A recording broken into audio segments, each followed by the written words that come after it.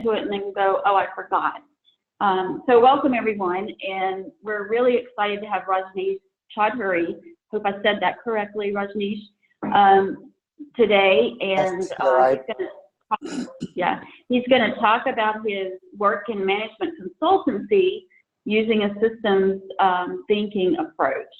And so I'm really excited to hear what he has to say. So Rajneesh, take it away. And again, I just want to remind you to use the chat room for questions and sharing references or anything you might think of as we go forward. So Rajneesh, you want to give it a go? Great. Thank you, Deanna, for introducing me and for giving me the opportunity to work and speak on your platform. And thank you all everyone for joining in this morning, this afternoon, or this evening from whichever parts of the world you're in. So Deanna and I were talking about how do we structure this presentation. And we thought that we'd have three kinds of people here. There would be a kind of people who are experts in systems thinking. We would have a second category who would know what systems thinking is all about, would be experts theoretically, but would not have much practical application experience of it. And they might not believe that systems thinking is applicable in real life and it's great in theory. And there would be a third category of people who would be just asking the question, what the hell is systems thinking anyway? So the way we decided to structure this presentation is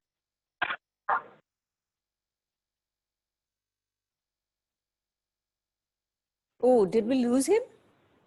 We did. He'll be right back. So okay. There he is. Okay. He's popped back on. Pop back on, yeah. So Rajneesh, we lost you for just a little bit. You'll need to share your screen again. I'm not sure what happened with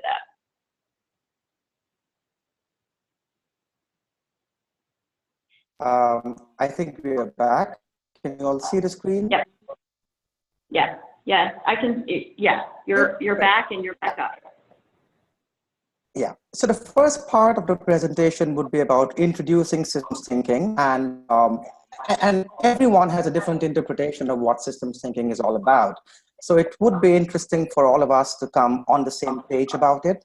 The second part of the presentation would be me talking about my experiences of using two specific systems methodologies in consulting interventions. And the third part is what I would call consulting considerations, where I talk about what are some of the key tenets a systems consultant needs to keep in mind when they are actually applying systems in their consulting experiences. On that note, you would note that right through my story, right through my narrative, I would make constant references to consulting and systems consultant, because my experiences and experimentation with systems thinking over the last 15.5 years has been as a management consultant. So we begin by a short story. If you can see in front of your screen right now, the picture of the young man and a few protesters. For those of you who are not familiar, this guy's name is Mohammed Bouazizi. And this was a guy about 9 years ago. He was selling some fruits illegally on the streets of Tunis in Tunisia. And the city officials came and arrested him and seized his vegetables and his weighing scale. And the man had to go to ask for his weighing scale and vegetables back to the city officials, and who did not entertain him at that point of time. In utter frustration, he set himself ablaze in the middle of the capital city of Tunisia. And what he sparked off was a massive revolution across the Middle East, the Muslim part of Asia, and what later came to be known as the Arab Spring. What was interesting was that the Arab Spring spread far and wide, and later on, it led to massive immigration in Europe, and later on, a lot of state rulers in the West started using the immigration and influx of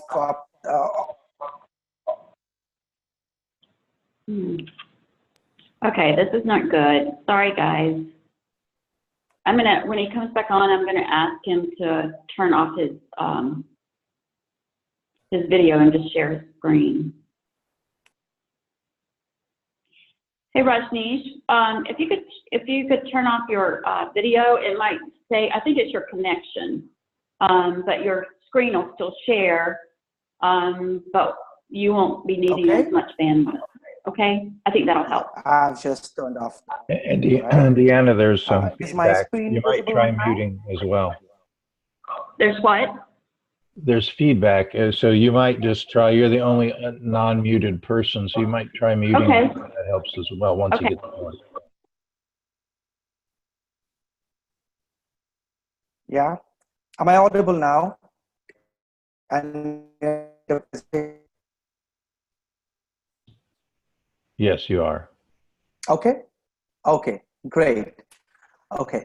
So, so this particular story I'm sharing is from the NATO Association of Canada, and who talked about a particular phenomenon called sociophysics, which talks about nonlinear dynamics and emergence and unexpected results of what a particular incident in one part of the world can actually result in something completely unexpected. Because of the immigration policies and the international bargaining chip due to immigration, the sociophysics and what the particular research of the NATO Association of Canada says is that it's directly linked with Brexit, right? And we might go on arguing about whether it did or not, but the fact is we cannot ignore certain sparks happening in certain parts of the world, what gives rise to ripple effects, to unintended consequences and emergence of behaviors and patterns we could have never expected or anticipated. Another example from the World Economic Forum, who came out with a report end of last year that talked the inextricable link between obesity, malnutrition, and climate change. Again, three concepts which at first glance we might think are completely unrelated, but everything links back ultimately to the natural systems that we're exploiting, that we are actually living in, and that we are leveraging. For example, until now, there have been $5 billion of subsidies in beef, dairy, and other food industries across the world that could have been shifted to more sustainable and healthy farming. $5 trillion of fossil fuel subsidies that could have been moved to sustainable practices in energy research and sustainable transport across the world. Also, again, in 2016, in the US alone, $50 million was spent by sugar-filled, by beverage companies to lobby against the US government's policies trying to ban or restrict sugar-filled beverages in the US. Everything leading to about 4 million deaths every year in obesity, 815 million of chronically undernourished people, according to the Food and Agricultural Organization, according to this report that was cited by the World Economic Forum. The point is, obesity, undernutrition, and climate change, seemingly unrelated, but actually in the system, in the complex system that we exist in, they are all related and given to unintended consequences.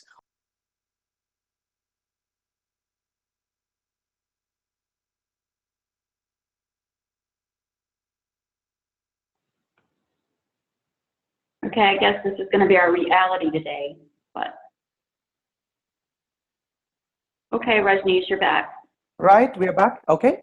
But systems thinking actually allows us the lens to see what wicked problems are, how X, Y, and Z may be seemingly unconnected on the first glance, but they're actually connected and giving rise to unintended consequences. The problems that we have today are ambiguous, volatile and unpredictable, non-linear, and finally, they're all unique, right? And a systems lens allows us to see the connections between different factors that are operating in the world. So what is the theory of systems thinking? The word systems traces back to the word, it's a Greek word which is sunistonai, which is the cause to stand together.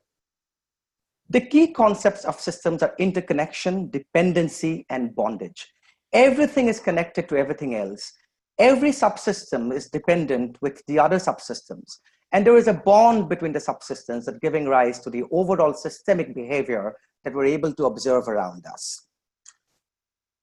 Ludwig von Bartholomä, a biologist, has often been credited as a father of systems thinking because of his contribution. So he talks about systems as an integrated discipline that transcends all knowledge dimensions and looks at the interactions between parts that lead to emergent behavior. So what I say is that it is the network and interaction between the parts or the subsystems which is important, and not the subsystems to be standing independently by itself.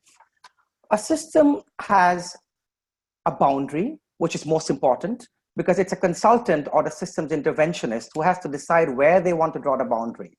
It's got input of energy and information, which is processed within the boundary, within the subsystems, and this results in an output or the emergent behavior.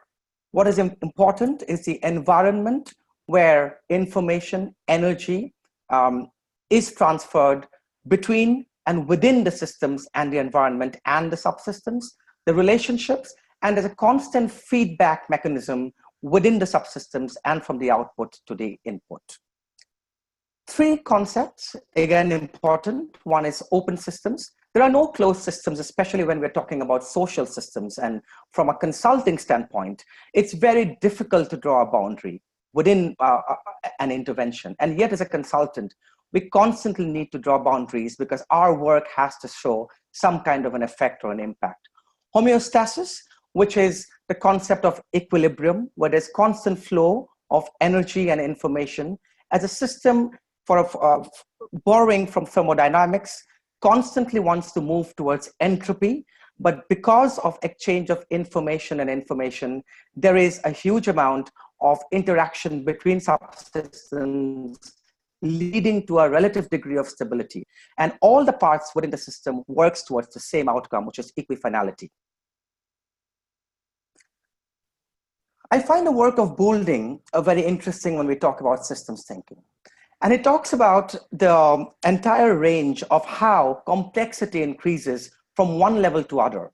He starts off with a structure, which is a static structure. And the example he talks about is crystals, where there's hardly any interaction between the subsystems. Moving beyond a structure, you get a clockwork, which has a predetermined motion. It's like machines. Then you have the control mechanism, which is the closed loop systems. And a great example is a thermostat. You set a particular temperature, the thermostat, the moment it reaches the temperature, it stops the inflow of energy so that the target temperature is reached. At a more advanced level, you have an open system, which is structurally self-maintaining. It's like a biological cell. Moving on to lower organisms, which is organized whole within certain parts. A plant is an example. Then you have animals. And mind you, the level of complexity is moving and progressing as we're moving from one level to the other. At the highest level, we have humans, because humans have self-consciousness, symbolic language. Moving on to cultural systems, which is an example might be a family, a particular class system, or a particular organization. And finally, you have transcendental system, where subsystems keep on emerging and interacting to what Boulding calls inescapable unknowables. So as you move from one level to the other, complexity increases from time to time. And what we need to do as consultants is to move from reductionist thinking to a systems thinking, or a reductionist approach to a systems approach. Now, what is a reductionist approach? A reductionist approach talks about a dualism of mind and body. It is about breaking up every system. It might be an organization. It might be any system of intervention that a consultant is trying to work into identifiable subparts. And every subpart is addressed as one part by itself without an interaction with the others and without a consideration of emergence. If you look at things in management like standard operating procedures, performance management system, hierarchy, command and control, are all examples of reductionist systems. Whereas if you look at a systems approach, it's about undertaking a very holistic approach where feedback loops are recognized, interactions and interrelationships are appreciated, and we are constantly aware and constantly looking out for underlying behaviors of the systems and patterns. So systems thinking actually is influenced by a range of other disciplines. It may be biology, ecology, or even complexity thinking. Talking about biology, I talked initially about Bartolomé, who I said is often considered as a father, the father of systems thinking. So his interest was in understanding cellular behavior. So he talked about how multiple cells would join together to become an organ, how different organs would join together to become a full human being, how different human beings join together to form a family, how families join together to form a society. And this level of complexity from a cell to an organ, to a human being, to a family, to a society, to larger organizations can keep on increasing in terms of its complexity, right? But interestingly, what he talked about, and later on Fritjof Capra talked about, is that every cell is identical. But when the cells join and become an organ, the behavior of the organ is not the same as the behavior of a cell. The behavior of different organs are different. The behavior of a human being is not same as the behavior of an organ. Similarly, every human being behaves differently. As you go on, every society behaves differently. Every organization behaves differently. So although the constituent parts may be the same, the formation of a cell may be the same, the emergent behaviors are very different. So biology and learnings from biology are very important for us to understand and appreciate systemic behaviors. Ecology. There are people, scholars like Fritjof Capra, who I mentioned, also Ulanovich, who talks about hyperlocal interactions in ecology. Whether you talk about a beehive, you talk about an ant's nest, you talk about multiple behaviors, multiple formations of complex adaptive systems within the ecology. But what happens in the overall ecological system is very different from what happens in a beehive or an ant's nest. Similarly, complexity theory that grew out of the Santa Fe Institute of New Mexico talks about self-adaptive systems and underlying patterns. And my favorite example is a bird flock, which is probably the most commonly used example of a complex system. The way there may not be any apparent coordination between hundreds of birds or thousands of birds in a particular flock. But if you look from outside, a flock of birds behaves in a particular way. They're able to dance and display certain systemic patterns which baffles, the naked eye. And obviously there are some underlying behaviors, underlying patterns that is giving rise to the overall behavior of the system. So biology, ecology, complexity science, giving rise to systems thinking as a discipline. Systems thinking has different paradigms within it, and that has influenced, and I talk about paradigms because every paradigm has influenced different tools and methodologies for management consultants. Functionalist paradigm is closest to what we saw to a reductionist mindset, which is about cause and effect, linear behavior, particular subsystems being treated independently. So many people have also referred to it as a mechanistic mindset or a mechanistic paradigm within systems thinking. And a functionalist paradigm has given rise to various tools and methodologies and approaches that we're going to talk about later on in my presentation. The second is the interpretive paradigm, which talks about the fact that when you want to study social behavior of a social system or an organization as a management consultant, it's not prudent to break down an organization into different departments, but to make yourself fit into the shoes of somebody else, which is more the phenomenological approach, trying to understand what different people within an organization are thinking, what their perspectives are, and how they are shaping and how they're perceiving an organization themselves. The third is the radical structuralist paradigm, which has influenced many tools in systems consulting that talks about building different models, which is quite esoteric from the real situation. But what it talks about is that modeling helps us in understanding social behaviors and social systems, which can help us intervene into organizations and systems effectively. And finally, the radical humanist paradigm, which talks about emancipation of people within an organization or within a system. It talks about the fact that as systems practitioners and as systems consultants, we need to think about emancipation of people, giving a voice to the subaltern when we're talking about bringing about a change in a particular system or a particular organization. What had happened over a long period of time is that the four different paradigms gave rise to different tools and methodologies, and there was some kind of a paradigmatic war, as some scholars have talked about. People saying that, my paradigm is better, or my tools are better, or my approaches are better.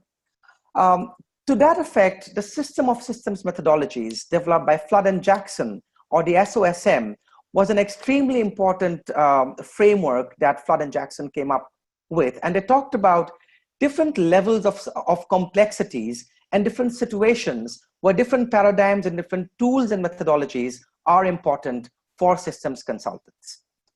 Flood and Jackson talks about the level of complexity as simple and complex. A simple system is where the parts are identifiable, there are a limited number of them. Whereas a complex system is one where the parts are multiple, and it's very difficult to establish cause and effect. It's very difficult to count them. On the x-axis, they talk about three kinds of value divergence. One is unitary, where the participants of a system more or less have the similar kind of values and similar kind of end objective in mind. A pluralist situation is where the participants might have different objectives, might have different perspectives, but yet it's possible to bring them together to a common understanding. And whereas a coercive, which is the most divergent part when you look at the divergence of values, is where there are hidden power dynamics between the participants. It's very difficult to find out who is doing what and why they're doing what they're doing. So what Flood and Jackson talked about is that the different methodologies and approaches influenced by the different paradigms can fit into different cells when we look at them into the system of systems methodologies. For example, at a simple unitary paradigm, there might be hard systems thinking. With introduction of more complexity, you can have tools and methodologies like system dynamics, cybernetics, complexity theory. In a more pluralist situation, soft systems methodologies and approaches become handy. And again, in a coercive situation, you have more postmodernist or emancipatory systems thinking that come handy. Flexibility, I realize, is a very important quality of a systems practitioner. And the moment you talk about SOSM, it's very easy to club different approaches into different cells, but a systems consultant has to be constantly flexible to mix and match approaches, because your situations are not in one particular cell when you're going into an organization or a situation to intervene. In my book, I talk about flexibility as the ability to stay nimble and adaptive at the wake of changing situations, or being able to reinvent oneself in thought and action within the same situation. It is the ability to be comfortable with change, to seamlessly think and apply with great variety, to be agile, and to appreciate and absorb unforeseen circumstances without creating shock for the system. Openness and freedom to choose are aspects that characterize flexibility. So with a flexible mindset, it's important that we are able to approach a situation mixing and matching different kinds of situations. Just very quickly to end the theoretical deliberation, and I'm not going to the depth of thermodynamics and non-linear thermodynamics here, but there is a reference to dissipative structures, which was developed as a concept by Prigogine, later used by Capra, to talk about why being flexible in organizations and in situations is very important, because of the exchange of information and the variety that the nature and the situations present in front of a consultant. Differences and changes and systemic changes will always occur in situations and in organizations. As a consultant, we need to be open to change and be authentic to systemic changes, and be authentic to be flexible all the time if we need to be adaptive to new situations and survive in the long run. Having given a theory of system science, I would like to talk about a case study where soft systems methodologies was used in a particular setting in my own experience. And the reason I talked about and the reason I picked up on soft systems methodologies, because the moment we talk about complexity and the moment we talk about systems science, systems thinking, it's very easy for us to think about causal loop diagrams. And in fact, thanks to Jean Bellinger, who introduced the Afghan strategy map about a couple of months ago on the same platform when he talked about causal loop diagrams, and he talked extensively about in the Insight Maker and Kumu. So people across the world are very familiar with causal loop diagrams. This is one example. However, there is also the entire paradigm of soft systems thinking and critical systems thinking that has influenced different kinds of methodologies. And there are two of them that I'm going to talk about today, which is soft systems methodology and strategic assumption surfacing and testing. Soft systems methodology that I'm going to refer to as SSM from now on, and strategic assumption surfacing and testing that I'm going to refer to as SAST or SAST from now on. Now, this case study that I'm going to present is based from 2004 and 5. The case itself may be dated, but the methodologies are not, the problems are not. This is about the implementation and the design and implementation of the Connecting for Health program in the UK. And the Connecting for Health at that time was the largest civilian technology program in the world that had set out in its ambitious plan to connect all the population of England and Wales into one particular mega technology system, and would give choices to patients to choose and book their particular treatment centers, and would give mobility to people across England and Wales because their data, their information would be centrally stored. And also there were different features like telemedicine and storage of patient information in a confidential way across the entire system. It's a different story that 15 years down the line, the system the government ended up spending about $20 billion, and the system wasn't successful because of the complexity that it presented. It was finally called off. The reason I chose this particular case study was that when I read about complexities of healthcare IT, or for that matter, any IT implementation from the 1990s to 2000s to 2010s to even today, the challenges are the same. Hard systems, which is a technology, often is not cognizant of what's really happening or what is the need of people who are actually using it. The constant differences and the problems and the ego clashes between clinicians and managers, specifically in the healthcare domain, in technology implementation, or for that matter, any systems implementation. And third, the lack of inclusive planning and design in technology projects remain the same today as it remained in the 1990s. And that is why I find this case so fascinating. So set in 2004, the project that I was part of was in a city called Hull, or called the Kingston upon Hull, in the eastern part of England, in a particular primary care trust that I'm calling the Ferens PCT, for the sake of anonymity for the actual PCT that I was involved with. So the Ferens primary, just before getting into the Ferens PCT, just to introduce what a primary care trust is, a PCT was, that structure doesn't exist in the UK anymore, but the PCT was the first point of contact for patients for any illnesses, from where they would get referred to a secondary care trust and eventually a tertiary center for highly complex and complicated illnesses. So in the Ferens PCT, there was the entire issue going on between the challenge between the clinicians and managers to do with the Connecting for Health implementation, which was going on across the UK during that time, during the early 2000s. And my particular project was to handle an extremely complex case of change management, of bringing clinicians and managers to a same page so that the technology implementation within the Ferenc PCT could be seamless and smooth.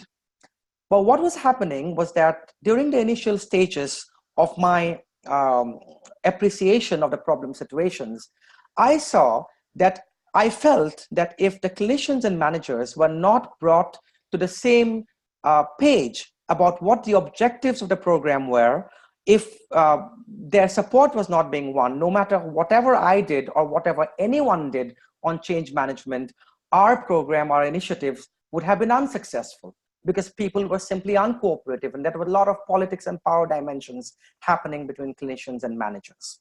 Once I got into the entire system and started studying the system, I saw three kinds of people, and I mean both clinicians and non-clinicians who are in the system.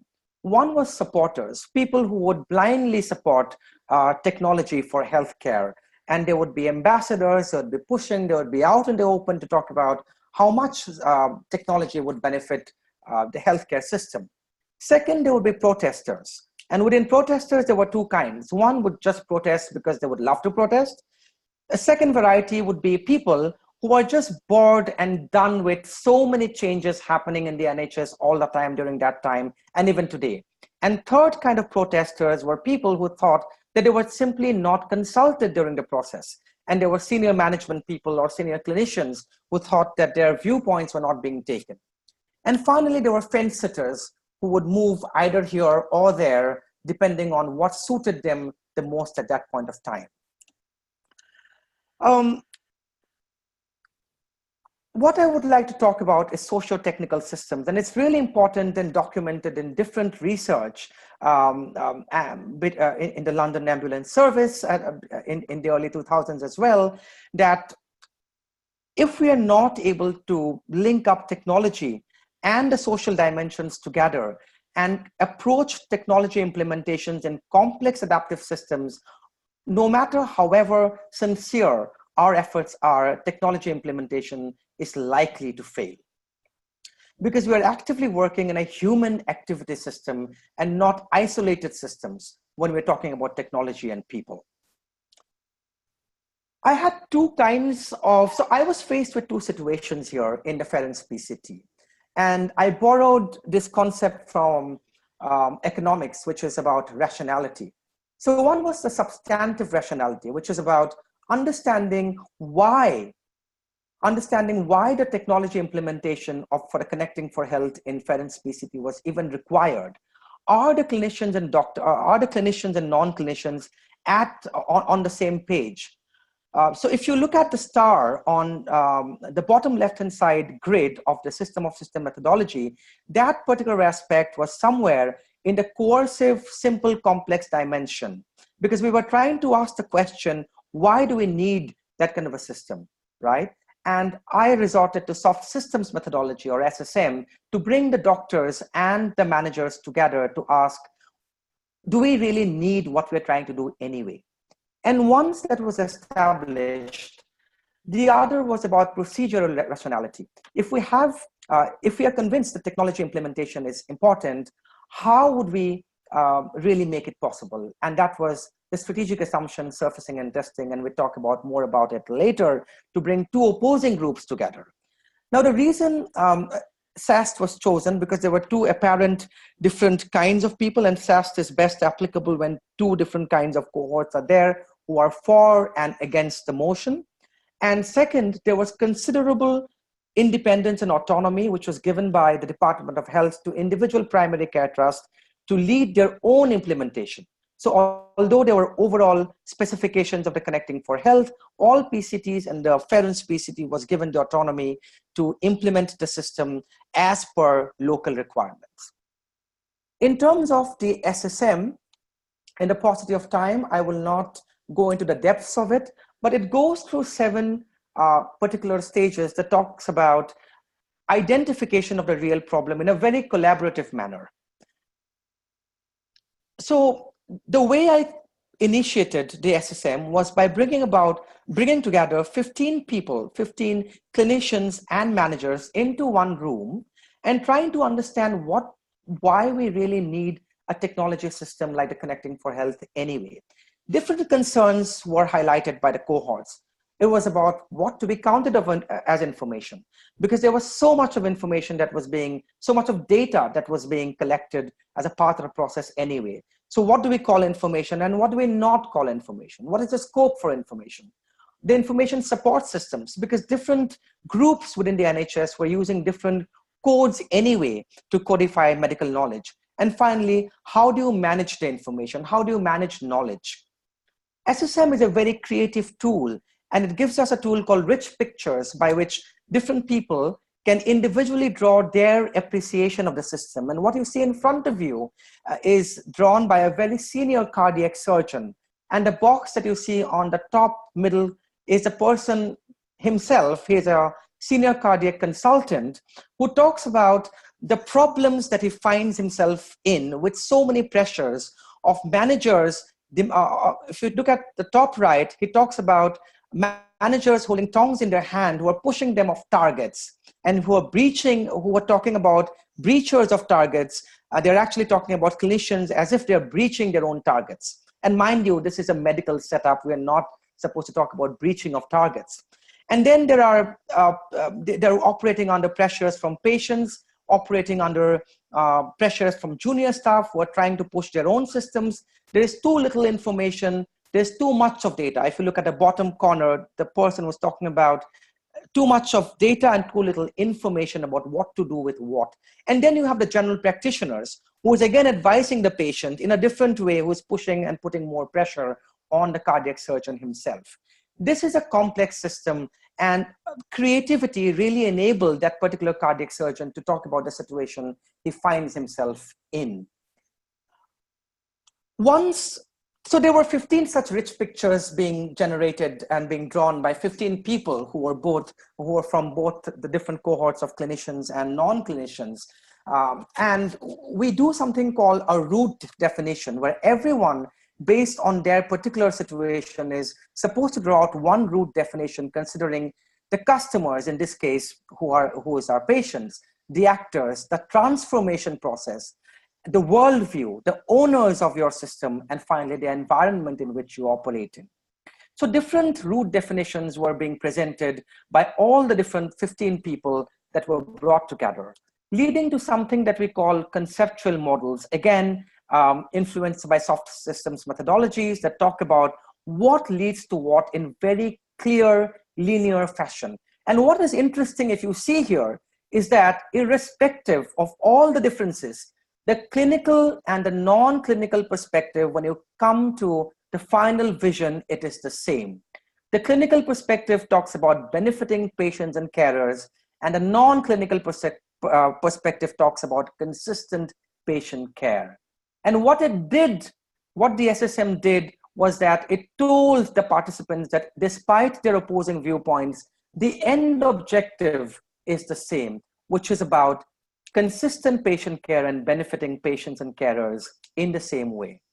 What I forgot to mention was that before I did the SSM, I also carried out a survey where I studied the 27 general practices within the Ferenc PCT to understand how many of them were actually using technology in implementation, and it was an appalling 5 out of 27.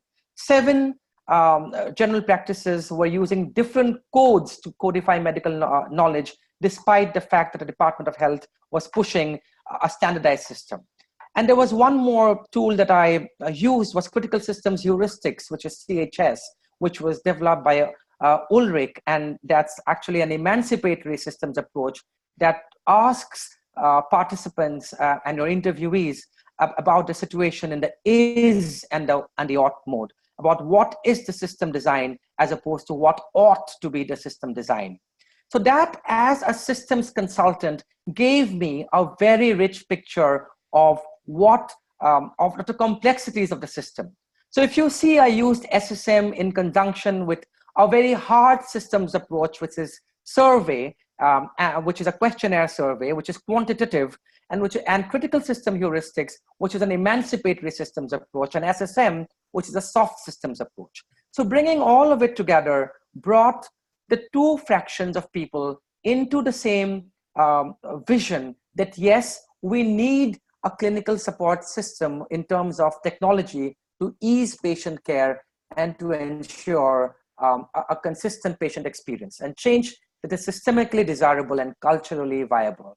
And what was important that was coming out through that SSM was that we need a collaborative approach.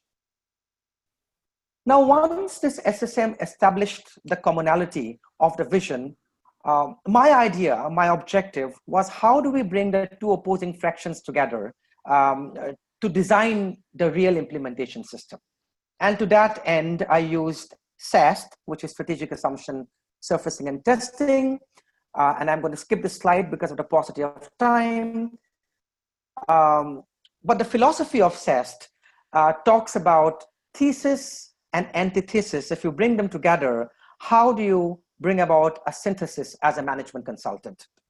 Mason and Mitroff, who developed SAST, talked about 4 steps, which is formation of the groups, and you form groups by maximizing differences between the groups and maximizing convergence within the groups. So here the groups are the clinicians and the managers. Then you ask them to surface their assumptions, deep-seated assumptions which are created by their value systems, and testing the assumptions and a dialogic debate between them to come to a consensus.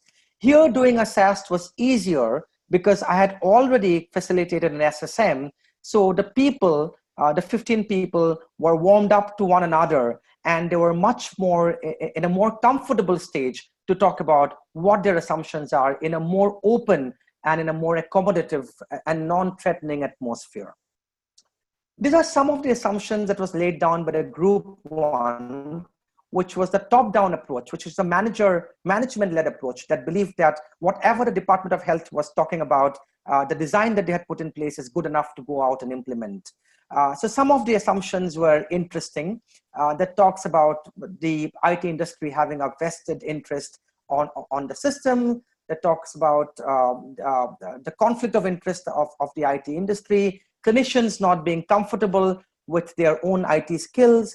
Similarly, group 2 came up with their own assumptions, and group 2 was a bottom-up approach, which was a clinician-led approach that talks about a more accommodative approach in information systems design and implementation. So some of the assumptions talked about are, if you look at the NHS managers to just need numbers, they're talking about government being a control freak, patients being computer illiterate, patients having lack of knowledge, and therefore the whole fact that the system is going to fail anyway because all IT systems in the NHS fails anyway.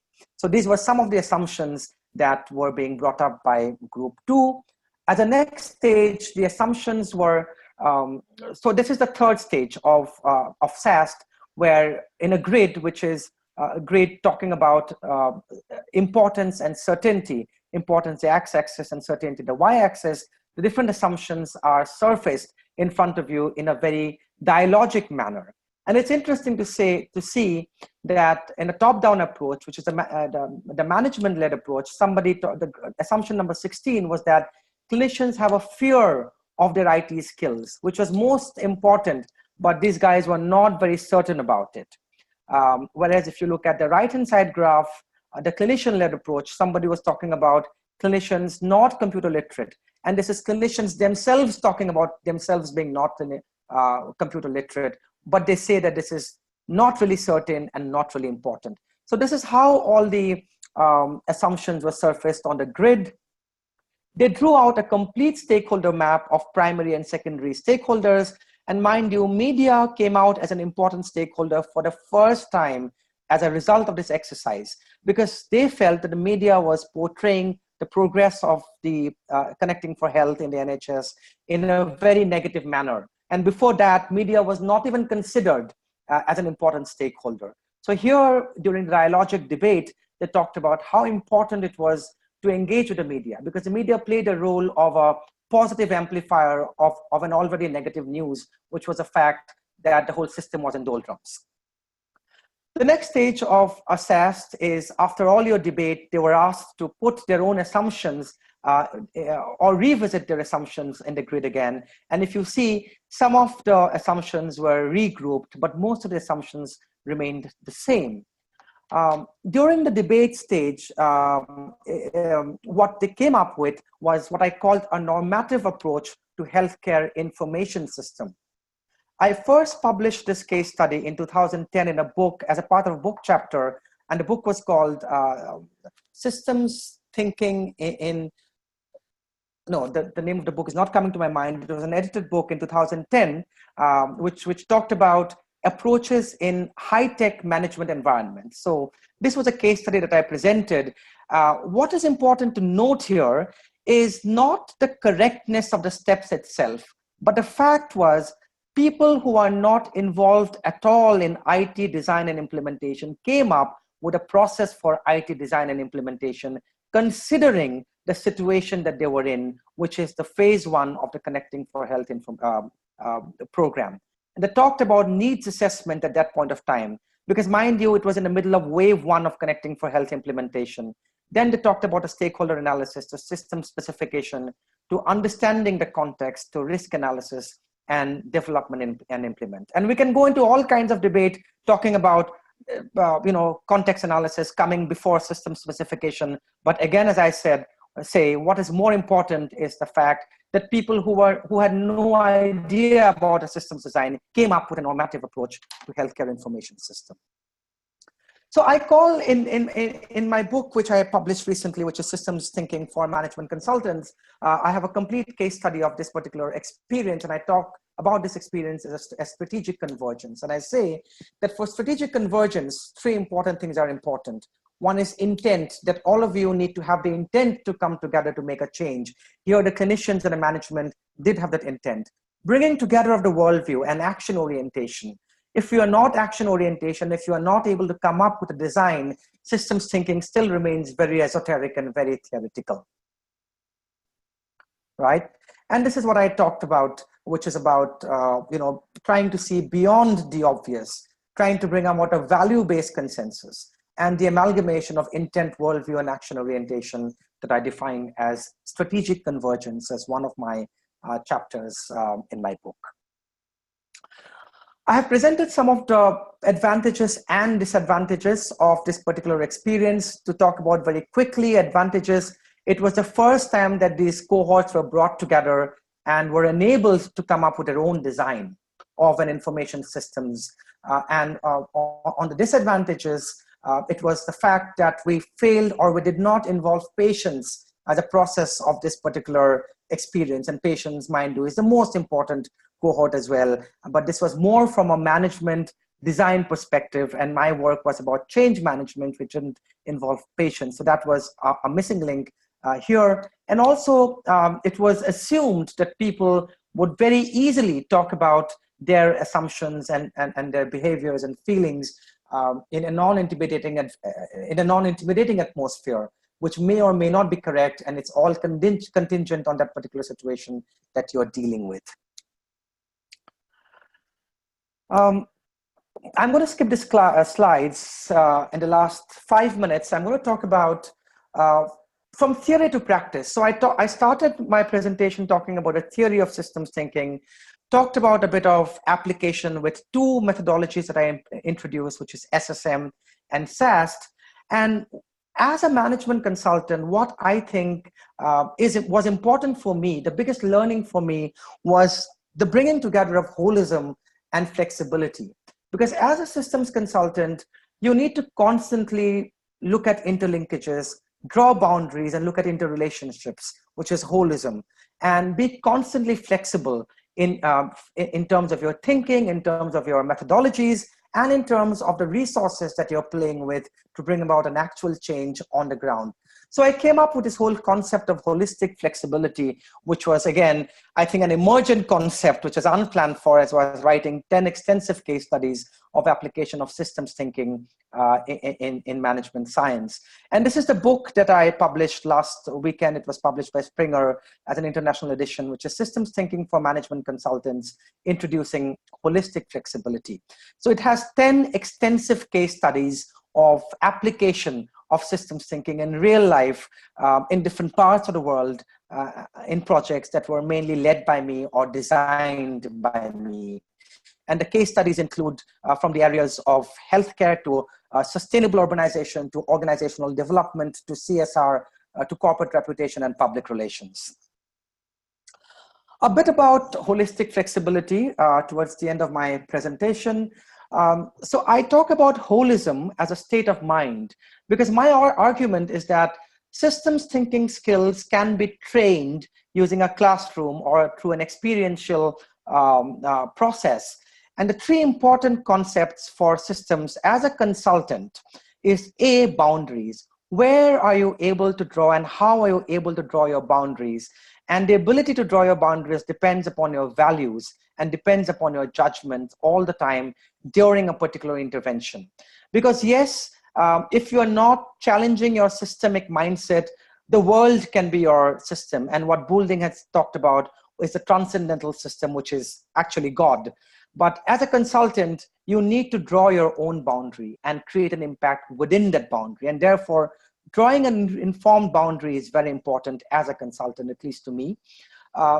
And then understand and appreciate the interrelationships within the boundaries and what are the emergent behavior that system is actually showcasing. And a lot of these emergence may be planned for or even unplanned for. And emergence in terms, in case of a consulting intervention, could be structural emergence, it could be a cultural emergence, or it could be a behavioral emergence, depending upon the kind of a project that you as a consultant you're leading. I talk about flexibility as a state of intervention. If holism is a state of mind, to me, flexibility is how you're applying it on, how you're applying flexibility on the ground. At the core of it is cognitive flexibility, the ability to think fast, think different, using the same bit of knowledge for different situations, ability to be constantly elastic in your mind that some scholars have talked about. Formulative flexibility for a systems thinker is about using, having the ability to apply different approaches and methodologies within different frameworks. As I talked about, System of Systems methodologies, or SOSM, is one of the frameworks within which you can apply different systems methodologies, and that gives you the form. So I say if cognitive flexibility is a thinking, formulative flexibility is a form that allows you to use different methodologies. And finally, as a consultant, most important is substantive flexibility, which is nothing but the substance and the resources, which resources might be your time, your money, your actual physical resources that you need to bring about a change. Holistic flexibility is the dynamic interplay of holism as a state of mind and flexibility as a state of intervention, where a consultant is continually learning, right? And I talk about single, double, and triple loop learning. And without getting into the details, it is very easy to get into single loop learning, which is your effect, which is about your efficiency. More difficult to talk about your double loop learning, which is about your effectiveness, asking the question, are we doing the right things? But most difficult is a triple loop learning, which is more about your value of why have you picked up this project anyway?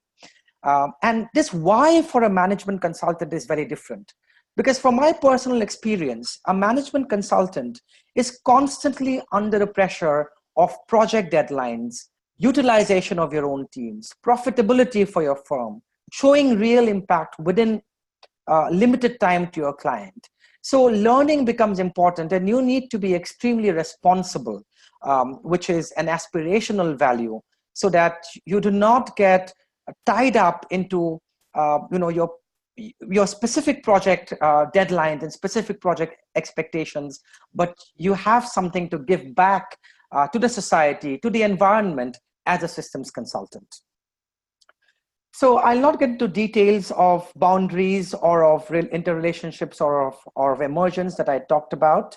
But what I would want to talk about is the concept of responsible outcomes. In my book, I talk about three kinds of responsible outcomes. One is systemic value add. And systemic value add, I talk extensively about the triple bottom line. Are we able to add economic, environmental, and social value as a systems consultant? Becomes really important.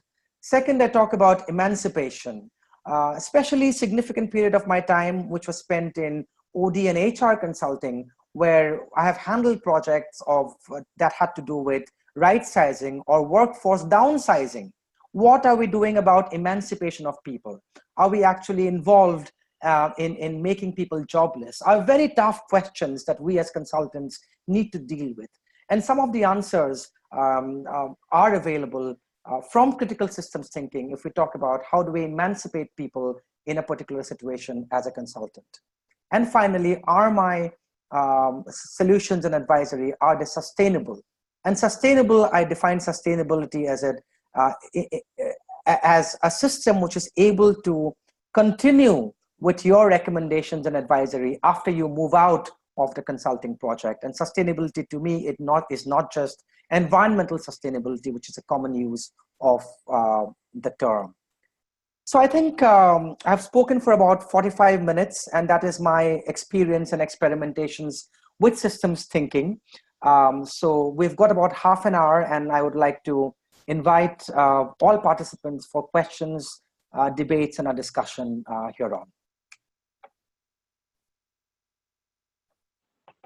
Great, thank you, Rajneesh. That's a lot of information, and I really love your work. So we do have a few questions, and I think, Mark, you're first, and then we'll go to Sebastian.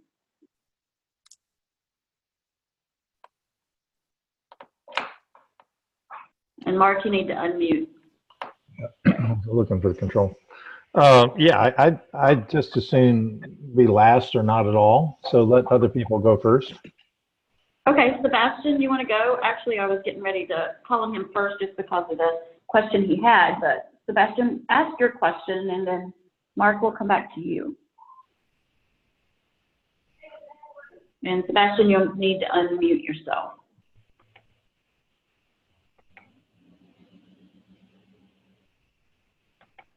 Okay, Sebastian, I just unmuted you.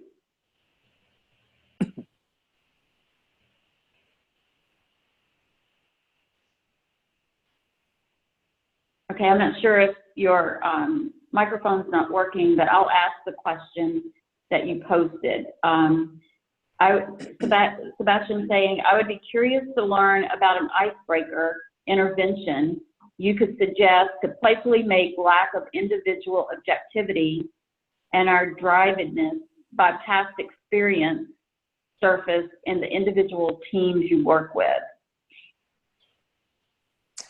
Could you repeat the question, please, Diana? Yeah, I will.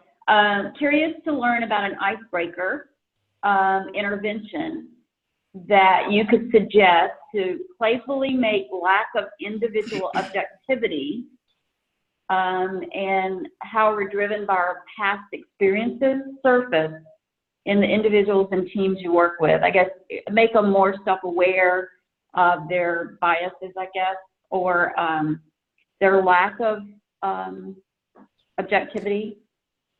Sure, that's a good one, Sebastian.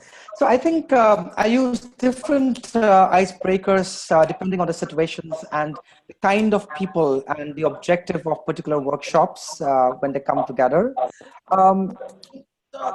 So one is, from a systems perspective, one I recently used in a workshop about a couple of months ago was, and this was for a very large group where different people were formed. There were about 100 participants, and I formed 10 different teams of 10 different people. This was a more culture change perspective. And I asked them to note down their own stakeholders and what their biggest fears were for each stakeholder and what their biggest opportunity, their biggest opportunity for each stakeholder was. So in a way, what happened was that in the first 5 minutes, a stakeholder mapping was already done and some kind of assumptions and values were already surfaced. So again, it's at a very superficial level, but if you want to bring in a very quick 5-10 minutes, understand the whole ecosystem people are working in within your intervention area, this is something that you may use. What are your stakeholders? What are your fears and opportunity areas that you identify with them? And again, as I say, these icebreakers can keep on changing from situation to situation. Okay, great. Sebastian, if you have a follow-on question, just put it in the chat box and I'll ask it for you. So Steve, you want to go with your question? Yeah, thanks, Deanna.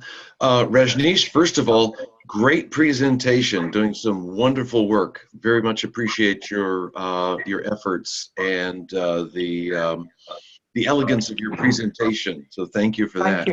Thank you, Steve.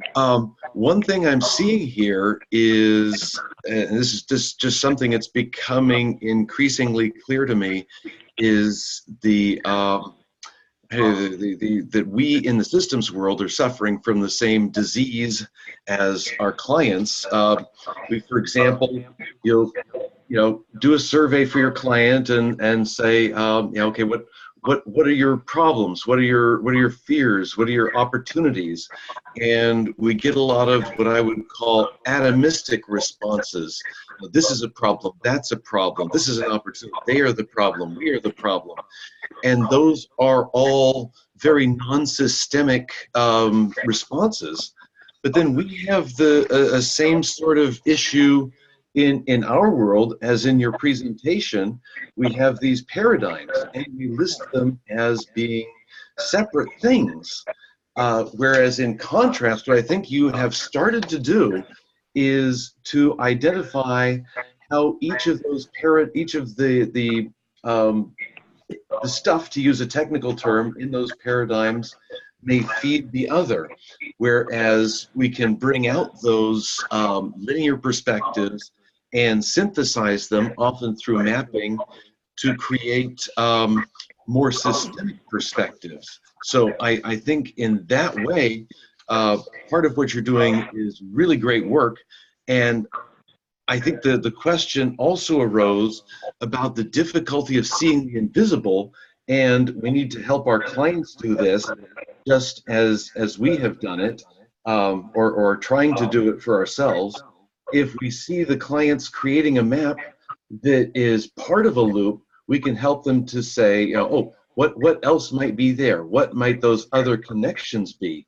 Or to identify synthesis, if the client presents a simple linear perspective, we could say, well, what else might be connected to that might help them provide a more complex and interconnected?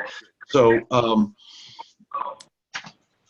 perhaps my question is, if I can frame it as a question, to what extent did you help the client move from a atomistic through a mechanistic towards a more systemic perspective, and how did you see them gain increased understanding, awareness, not necessarily of a shared perspective, but an interconnected perspective as they did so? Great. Thank you, Steve. I think you articulated my entire presentation in a very nice way with your 3 diagrams that you just charted. Well, yeah, that is a question. And I'm glad you asked that question, because I have 2 examples to share with you. One was the case study which I just presented, where I, as a consultant, and those 15 members, the 15 key members of the Ferens Primary Care Trust in the city of Kingston upon Hull in England, was a cog in the wheel. And the entire system was the larger NHS within the Department of Health. Honestly, we were ants sitting out there, despite the fact that those 15 people were decision makers within that particular area of the city. So through our endeavors of the soft system methodology, the critical systems heuristics, and SAST, there was, to a large extent, all participants, those 15 participants, were from different walks of life, from GPs to surgeons, to managers, to nurses, to administrative staff, to IT technicians, and even people from performance improvement team came together, and they could really overcome their particular gaps of connected thinking from no understanding to where we came to, which was the normative approach to healthcare information system.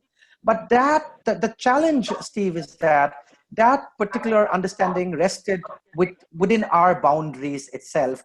And I don't know if it went off, it percolated to other PCTs apart from the presentations or the talks I used to give in different forums and conferences and how it went to the Department of Health.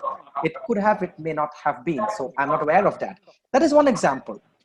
The other example, and I have a full extensive case study in my book about it, is from a case study of a sales and marketing department of a steel company in India, where we were called in as HR consultants to downsize the sales and marketing team.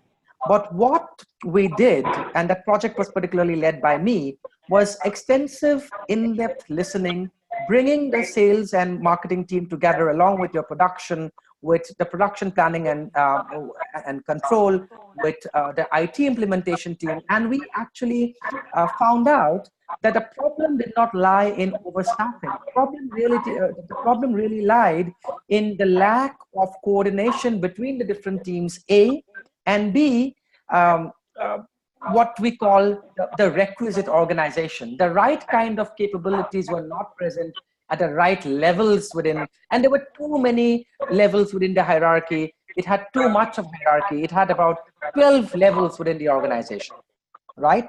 So in a 6-month period, what we did in that exercise was we took a requisite organization approach, and we said that the correct banding needs to happen. Instead of 12 levels, all the needed were 4 levels maximum, right? And the right kind of training were given, were proposed to be given, and the right kind of assessment centers from an HR perspective were introduced. So the end of, cutting a long story short, Steve, what we did, our recommendations, was actually to move from downsizing to learning, from an organization restructuring, as the word that was used, to an organization optimization. How do we create right synthesis to create an optimum organization? And how do you create learning as a constant endeavor through different assessment centers and leadership and coaching and development centers over a period of employees' time? So what we actually recommended at the end of it was not downsizing at all, but optimization of the organization. And that was something that was really supported by a systemic mindset in that particular project.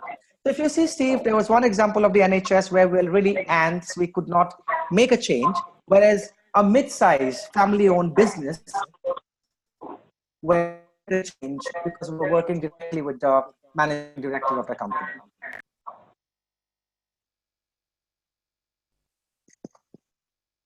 Very good. Thank you very much. Appreciate it. Thank you.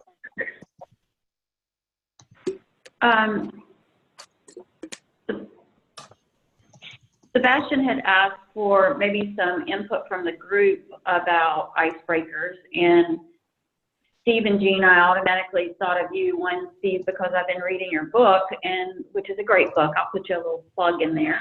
But I know also Jean also uses a very simple icebreaker. I think it's an icebreaker, Jean, with your groups, and I thought you might want to just explain what that is. If not, it's okay. But which Steve, one you are want you to talk talking about about? yours? Deanna, Yeah, which go one are ahead. you talking about? Just drawing relationships. Well, the one that I have used repeatedly that has gotten the group completely out of control is, once I got them together, I asked them to take out a piece of paper and draw a dot on the piece of paper and label it cat. A few inches away from it, draw another dot on a piece of paper and label it mouse. Now draw an arrow from cat to mouse and label it chasing. You've now created your first relationship model, and if you feel faint, you should leave now. And it usually the group just comes apart and results in a period of 4 hours, I have seen a group go from dead start knowing nothing about systems thinking to be able to draw very complex relationship diagrams and present them to each other in a meaningful manner. So the whole intent is to provide an opportunity for people to learn how smart they are. And I've never had anybody object to that. Yeah, I think that's a great icebreaker that gets people out of their own beliefs, or actually increases their awareness of what they haven't thought about before as being a relationship. all the things that we don't consider. And Mark, you had an icebreaker of just asking them, you know, what do you care about? And that really makes people think, because sometimes they haven't thought about what they really care about. They just sort of go through life or go through work doing what's expected. So I think that's a good one. I could sort of explicate that a little bit. Spent about 10 years puzzling over Dinello Meadows' paper on leverage points. And, you know, like most people, you know, I'd spent my career working on the low leverage things like the quality improvement, the project management, and all that. And essentially, she says that the highest leverage is about paradigms, is about visions and goals. And finally, I just learned to ask people to start there, because if you try to work your way up, you know, through 12 levels, or I've consolidated into 4 levels, you just never get there in the time you've got. So I always just start at the top and get people. And it turns out people absolutely love to talk about what they care about, because no one ever asks them, because people are terrified of learning that. But anyway, that gets you into the real systems thinking of getting the paradigms on the table at the very beginning, so that people can consolidate and agree upon the paradigms of interest. And then you work through the politics or the network stuff, and then you work through the systems dynamics sort of, and then finally you get down to actually doing something, which is where most people want to start. Of course, if the way they go about doing things worked, you wouldn't be hired. Yeah, and Peter Block has a real easy one that he uses, just why are you here? And I mean, and you can rephrase that a little bit to say, you know, why are you in this role or in this job, or why are you here today? You know, and that can bring up some interesting conversation. Yeah, I'll just say this, not to get in any argument about it, we'll let other people talk, but that's really problematic, because people are there for one of 12 approaches, if you take Meadows, and to sort of start a cat fight at the beginning, I tend to start at the top. Really, what do you care about, and get people talking about that until it consolidates into a shared language and concern. Because if you have people who say they care about how you connect A to B, and someone else is saying they care about the politics, and someone else is saying they care about how we make decisions, putting that little Humpty Dumpty back together can take all your time. Yeah, exactly. Thank you, Mark. Elena, you had a question.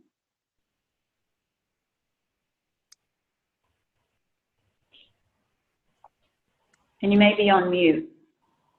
Let's see if I can find you. I'll unmute you. Okay, you're unmuted. Okay. What I was wondering about was how the people at the bottom levels of the organization were, how their inputs were gathered. Because my experience sitting by the bedside led me to believe that a great deal was not connected with respect to how the porters were scheduled, when meals came, when consultants came around. That there was a lot of viable systems terms, what system two fall down. And I thought that those connections can sometimes make all the difference, but they aren't considered very much when you think about who are the stakeholders and what are their stakes in that.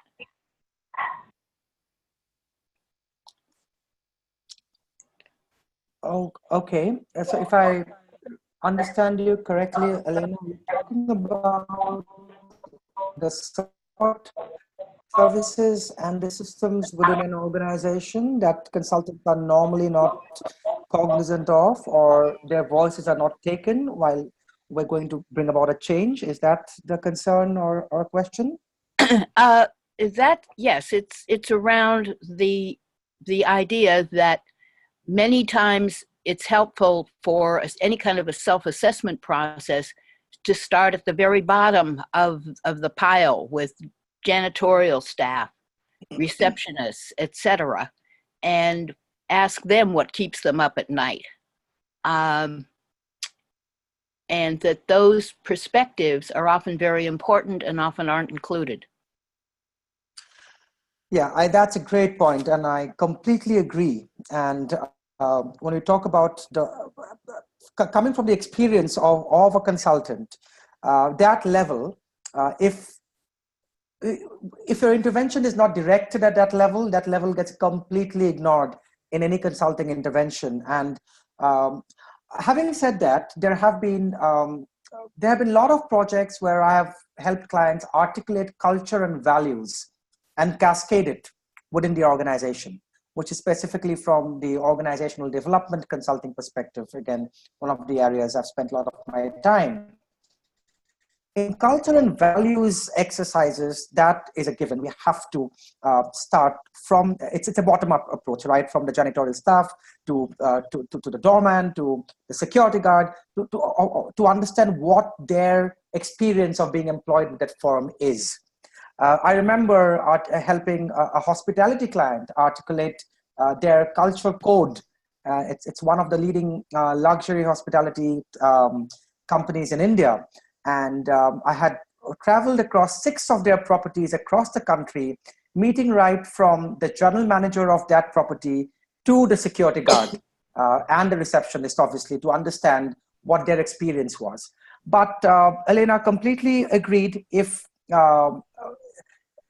are not the target or not a direct stakeholder for a particular consulting intervention you're doing, that level gets completely ignored, and it should not be the case.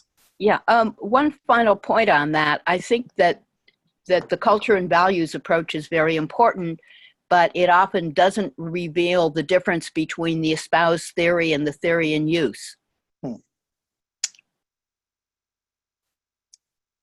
Yeah, is that a point of view, or would you have a question on that? Or would you I'm relating to the Don Schoen, Chris Argyris work about how theories are espoused, but when you get down to the ground, to the actual interactions, that they're often overtaken by logistical concerns, practical concerns, targets, etc., and that they are not actually acting in the way that their espoused theory suggests they should. Absolutely. Yeah. I actually quote a very interesting example in my book when I talk about culture and values on specifically this particular point of espoused and theories in use is the Hyatt hotels. And this was obviously not the hotel I was mentioning about in my previous example. The Hyatt hotels have a concept called the night owlers. And what the night owlers mean is that the staff who are awake through the night, guarding, in the receptionist, in the security, who do not have an opportunity to meet and talk to the managerial staff. And managerial staff, I mean people who are working from 9 to 5.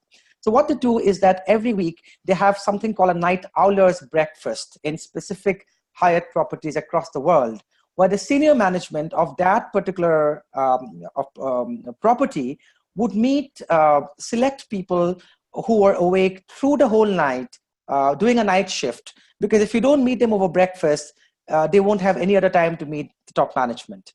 So this was that's Hyatt's way of trying to bridge that gap between espoused theories and theories in use through night owlers breakfast. So that was an interesting example. I thought I'd just mention, Elena, to your point as well.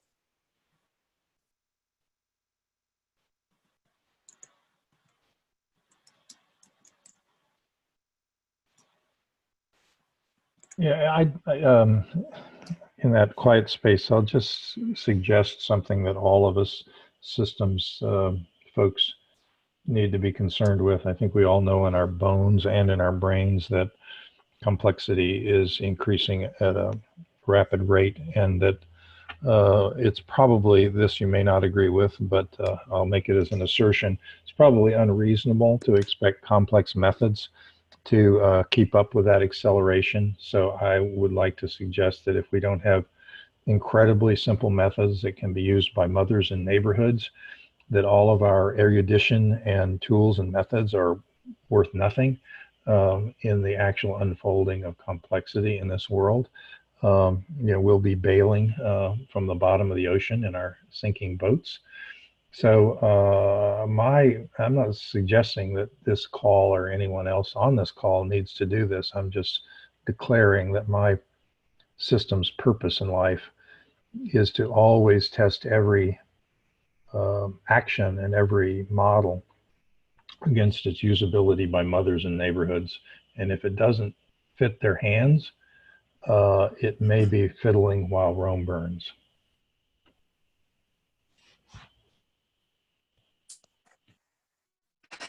Thank you, Mark.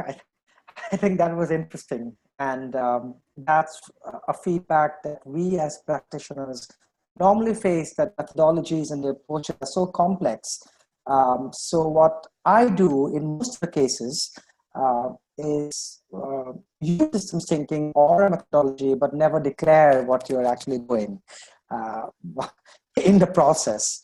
But behind your in your mind, that there is a particular methodology that that you're using. But agreed with the increasing complexity that every person has to be a systems thinker and a systems practitioner, for which every mother and every neighborhood person has to apply it. Yeah, I agree, and I think one thing you're pointing out is we can't get lax in our tools that we choose, and we really need to give a lot of thought about what group we're interacting with and what is the appropriate tool and what is the appropriate icebreaker for the reason we're there. And but again, proven and validated tools and approaches for sure. But yeah, if you can talk to the normal mom on the street, then you're covering everybody. So I think for the most part. Any other questions?